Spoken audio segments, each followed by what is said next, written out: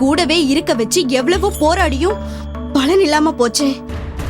ஸ்வேதா, ரொம்ப டென்ஷன் ஆகாதீங்க. இங்க இருந்து மகாதேவனா திரும்பி போனவரு அங்க இருந்து ஸ்டீஃபனா வருவாரு. வரணும், எப்படியாவது என்கிட்ட வரணும். அடுத்த நிமிஷமே வேற ஸ்டேட்டுக்கு ஸ்டீஃபனை நான் கூட்டிட்டு போயிடுவேன். அவசரப்படாதீங்க. போலீஸ் கேஸ் வந்துராம ரொம்ப கேர்ஃபுல்லா டீல் பண்ணணும். ரொம்ப நாள் என்னால பொறுமையா இருக்க முடியாது மாதவி. என் பொறுமை போயிடுச்சுன்னா பவித்ரா வீட்டுக்குள்ள புகுந்து என் ஸ்டீஃபனை கொன்னுட்டு நானும் தற்கொலை பண்ணிப்பேன்.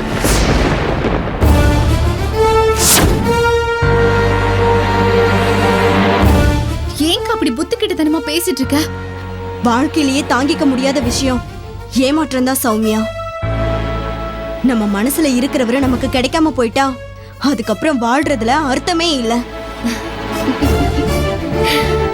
அப்படி பார்த்தா பல ஏமாற்றங்களை சந்திச்சவனா. நீங்க சொல்றபடி பார்த்தா நான் நிறைய பேரை கொன்னுட்டு நிறைய தடவை தற்கொலை பண்ணிருக்கணும். நான் முடிவு பண்ணிட்டேன். ஏன் கூட வாழாத ஸ்டீஃபன் வேற யார் கூடயும் வாழக்கூடாது, வாழவும் விட மாட்டேன்.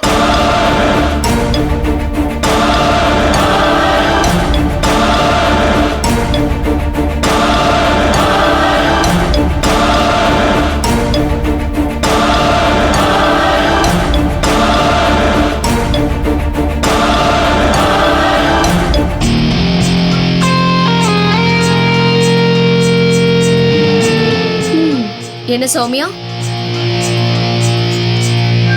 உன் அக்காவோட ஸ்டாண்டு உனக்கு சரின்னு படுதா? அக்கா மன்னிக்கவே முடியாத பெரிய தப்பு பண்றாங்க. ஓ, அக்கா நிலைமை நினைச்சுதான் அழுதுகிட்டு இருக்கியா? ஆமா, நான் இல்லைன்னு சொல்றேன்.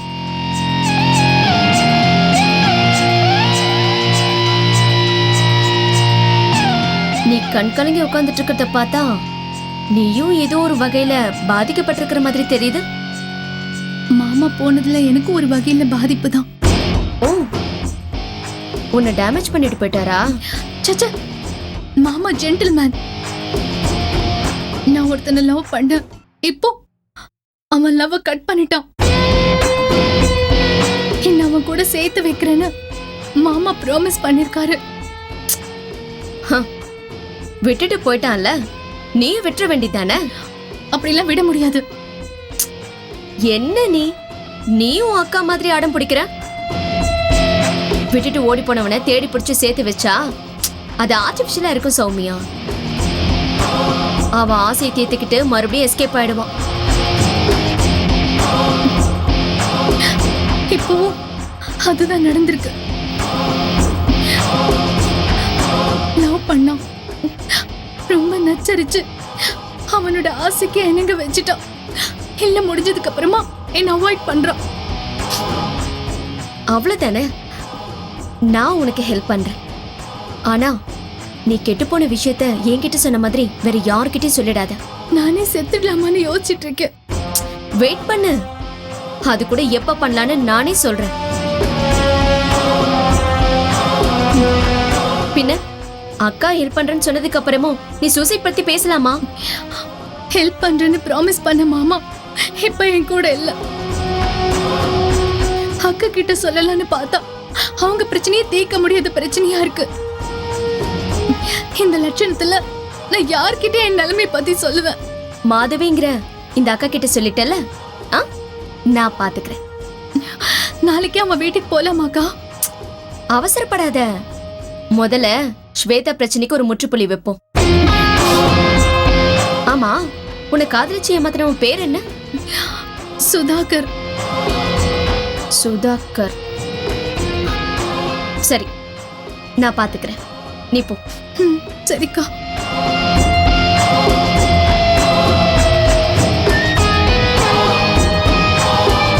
கெடுத்தவன் சுதாகர், ஆனா பழி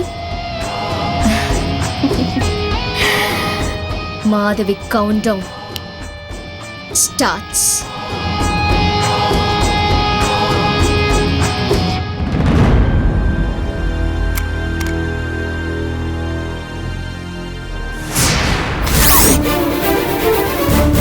Hi.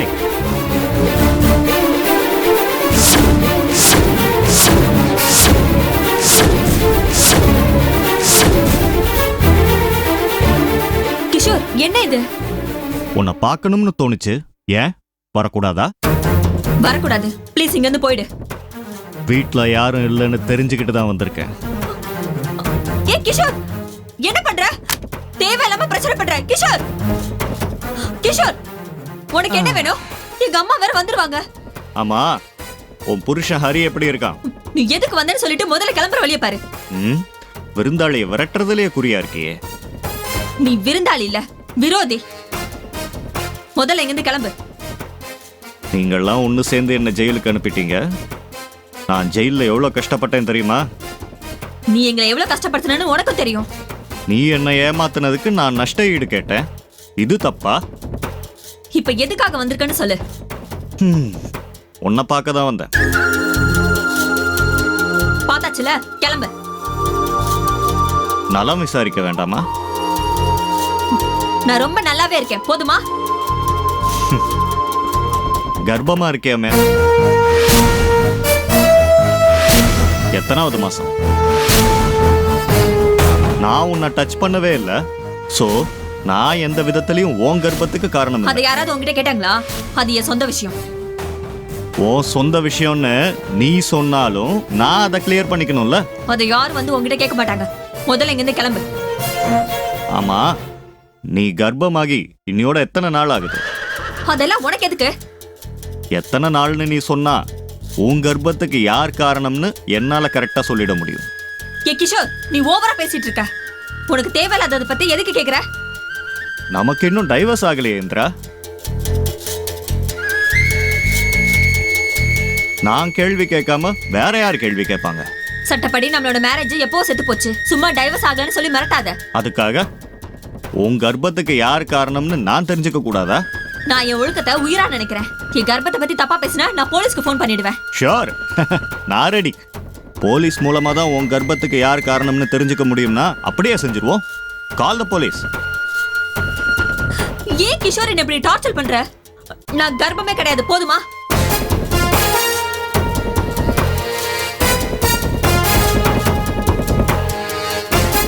என் வீட்டுல இருந்து நான் போகாம இருக்கிறதுக்கு நான் போட்ட பொய் வேஷம் தான் இந்த கர்ப்பம். நான் நம்ப மாட்டேன். இன்னொரு தடவை என்னை ஏமாத்தணும்னு நினைக்காத இந்திரா. உன்னை நான் ஏமாத்தி என்ன பண்ண போறேன்? நீ யார் எனக்கு?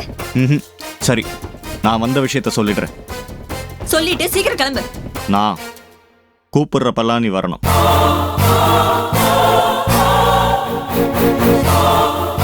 இந்த விளையாட்டெல்லாம் என்கிட்ட வேணாம் கிஷோர். வாழ்க்கையில மறக்கவே முடியாதபடி ஏற்கனவே நீ பண்ணிட்ட. உன்னை இதுக்கு முன்னாடி தப்பான கண்ணோட்டத்துல பாத்திருக்கேனா? பார்க்க விட்டுருவேனா? பார்க்கற ரெண்டு கண்ணையும் புடுங்கி எடுத்துருவேன்.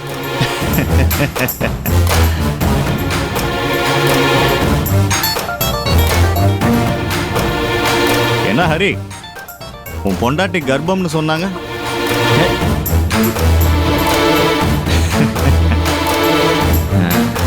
சும்மா உன்னை பயமுறுத்தி பார்த்தேன். பட் ஹரியோட நம்பர் என்கிட்ட இருக்கு. ஏன், உன்னோட அம்மா நம்பர் கூட தான் என்கிட்ட இருக்கு.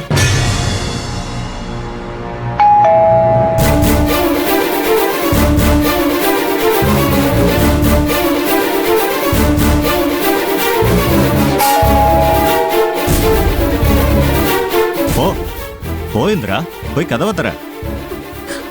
ஐயோ, அம்மா தான் வந்துட்டாங்க போல. நோ ப்ராப்ளம், என் மாமியாரை நான் பார்த்துட்டே போயிடுறேன். கிஷோர் ப்ளீஸ் கிஷோர், இங்க எங்கேயாவது ஒளிஞ்சுக்கோ. அடிப்பாவி, என்ன கள்ள புருஷன் ரேஞ்சுக்கு ஆக்கிட்ட. நான் எங்க போய் ஒளியறது? கிஷோர் விளையாடாத, வா. ஏய் ஏய் ஏய், என்ன பண்ற? வா, இதுக்கு பின்னாடி போய் ஒளிஞ்சுக்கோ.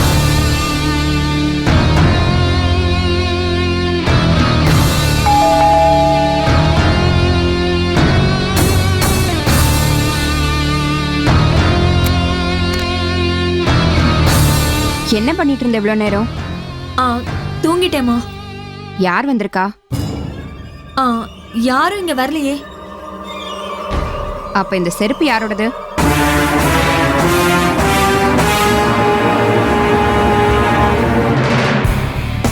கடவுளே, மாட்டிக்கிட்டேனா? என்ன முழிக்கிற? இல்ல, மேல டேங்க் சுத்தம் பண்றதுக்கு ஒரு ஆள் வந்திருந்தான். நான் யாரையும் சுத்தம் பண்ண வரவே சொல்லலையே.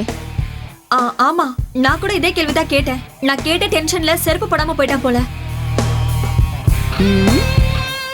உன் பதிலே சரியில்லையே.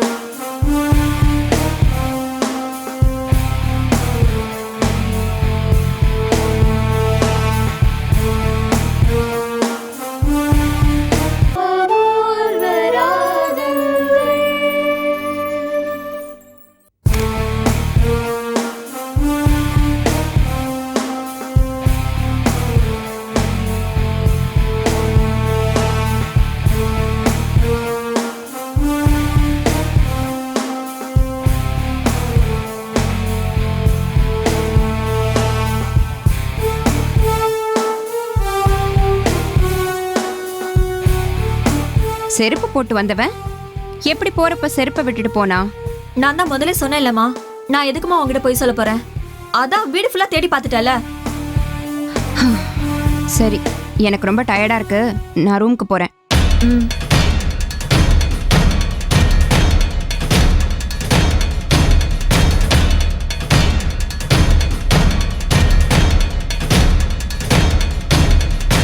கிஷோர் வெளியே வா. கிஷோர் வெளியே வா, அம்மா போயிட்டாங்க.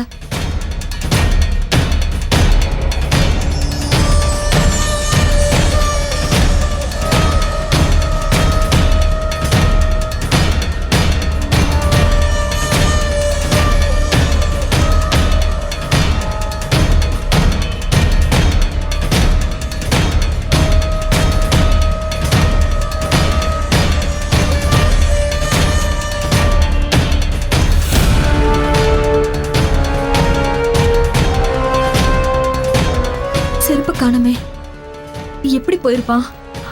எப்படியோ போய் தொலைஞ்சிட்டான். இனிமே நான் இவன் இம்சையை வேற சமாளிக்கணுமே.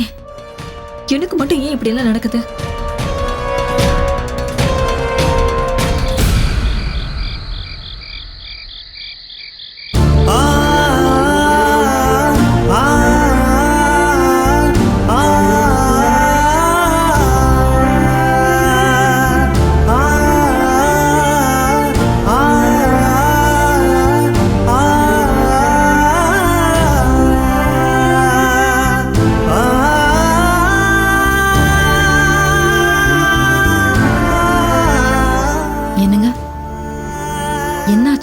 ரொம்ப அப்செட்டா இருக்கீங்க? நான் உனக்கு இவ்வளவு சிரமம் கொடுத்திருக்கிறத நினைச்சா எனக்கே என் மேல கோவம் வருது பவித்ரா. நீங்க என்ன தெரிஞ்சா செஞ்சீங்க? சூழ்நிலையும் சூழ்ச்சியும் நமக்கு எதிராக அமைஞ்சிருச்சு. ஒரு லேடி டாக்டர் இந்த அளவுக்கு கல்பிரிட்டா நடந்துக்குவாங்கன்னு நான் நினைச்சு கூட பார்க்கல.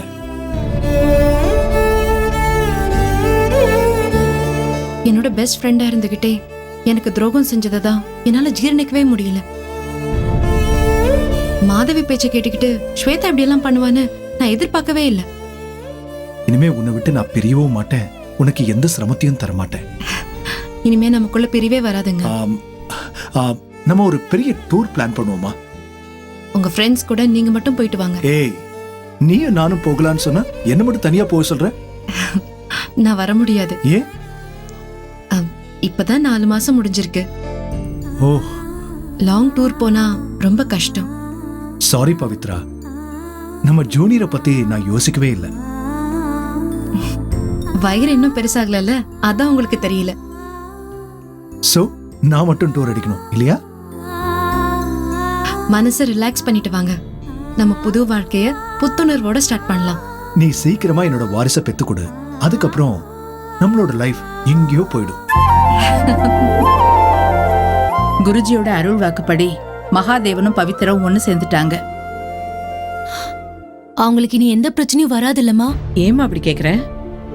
இல்ல, 27ஆம் தேதிக்குள்ள ஏதோ கண்டம் இருக்கு, அப்படின்னு குருஜி சொன்னதா சொன்னீங்களே அதான். அதாம்மா என் மனசையும் உறுத்திக்கிட்டே இருக்கு. எங்க பவித்ராவோட வாழ்க்கை முழுக்க போராட்டமாவே போயிடுமோன்னு பயந்துகிட்டே இருந்தேன். பவித்ரா யாருக்கும் எந்த கெடுதலையும் நினைச்சது இல்லையேம்மா. அவளுக்கு கெடுதல் நடக்கிற அளவுக்கு அந்த ஆண்டவன் விட மாட்டாருமா. எல்லாரும் அப்படிதான் நினைச்சு வாழ்ந்துட்டு இருக்கோம். ஆனா நாம நினைக்கிறதுக்கு தலைகீழ தானே வாழ்க்கை நடக்குது. சுபா சொல்றதும் உண்மைதான். நானும் பவித்ராவும் மகாதேவனை பாக்குறப்போ என்னால அவரை மகாதேவனை நம்பவே முடியல.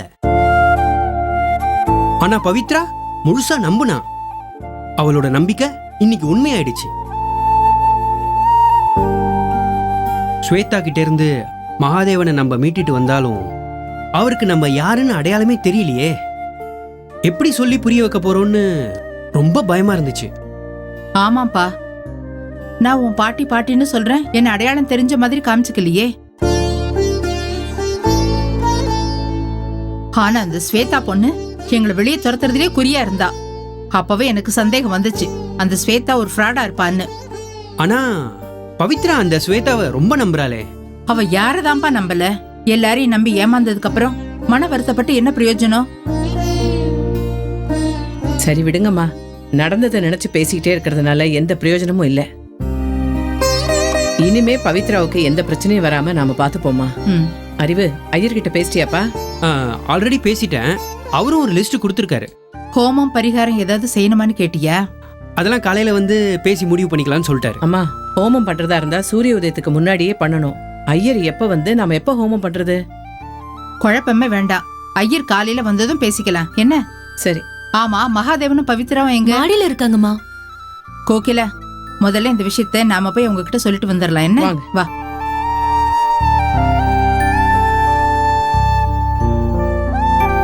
சுபா நில்லு.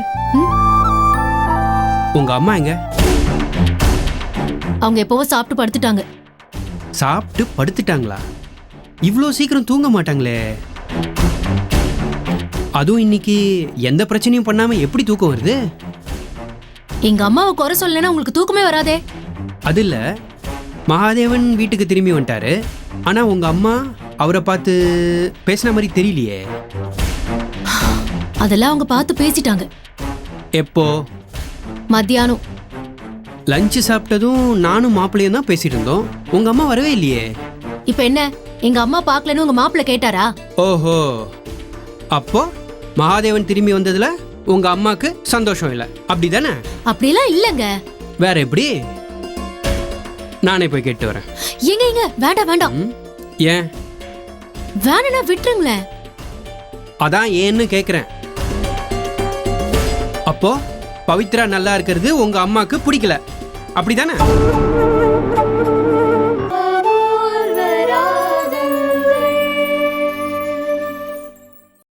அப்போ பவித்ரா நல்லா இருக்கிறது உங்க அம்மாக்கு பிடிக்கல, அப்படிதானே?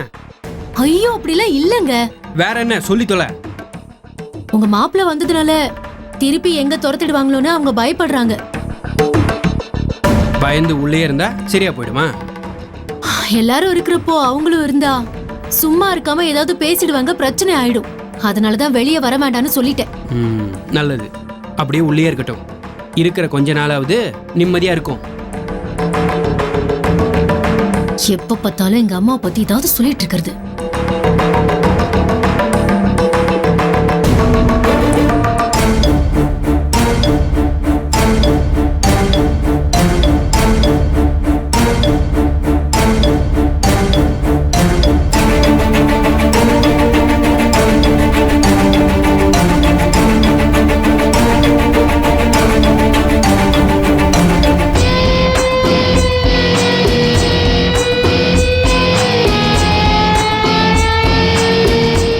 பண்ணிட்டே இருந்தா வேலைக்கு ஆகாது மாதவி. எங்கிருந்து ஸ்டார்ட் பண்றது, எப்ப ஸ்டார்ட் பண்றதுன்னு எனக்கு ஐடியா கொடுங்க. உங்களுடைய பேட் லக். இன்னும் உங்க ஸ்டீஃபன் பவித்ரா கிட்ட மகாதேவனாவே இருக்காரு. எப்ப மாறினாலும் நம்ம ஸ்டார்ட் பண்ணிட வேண்டியதுதான். அதான் எப்படி? வாட்ச் பண்ணிட்டு தானே இருக்கேன். சட்டுன்னு பழைய நினைவுக்கு மாறிட்டா பவித்ராவை பார்த்து கண்டிப்பா நீ யாருன்னு தான் கேட்பாரு. பவித்ரா டென்ஷன் ஆயிடுவான். அப்போ குழப்பம் ஸ்டார்ட் ஆகும். அந்த நேரத்துல நீங்க என்ட்ரி ஆனா உங்களை பார்த்ததும் அவரு நீங்க தான் முக்கியம்னு உங்க பின்னாடி ஓடி வந்துருவாரு. என்னால நிம்மதியா இருக்க முடியல மாதவி. வழிப்பறி திருட மாதிரி வந்து என் ஸ்டீஃபனை பறிச்சுட்டு போயிட்டாளே. சரி, பவித்ராவுக்கு யார் இந்த தகவலை சொன்னது? எப்படி கரெக்டான டைமுக்கு வந்து என்ட்ரியை கொடுத்து காரியத்தை கெடுத்தா? மகாதேவன் கையெழுத்து போட்டு காரியத்தை கெடுத்ததே ஸ்டீஃபன் தான். ஸ்டீஃபனுக்கு பழைய நினைவு வந்ததும் பவித்ரா ரெஜிஸ்டர் ஆபீஸ்க்குள்ள வந்ததும் எப்படி ஒரே நேரத்துல நடந்தது? யாரோ இன்ஃபர்மேஷன் கொடுக்காம வந்திருக்கவே முடியாது. சௌமியாவுக்கும் வர்ஷாவுக்கும் உங்க வீட்ல இருந்தது மகாதேவன் தெரியுமா?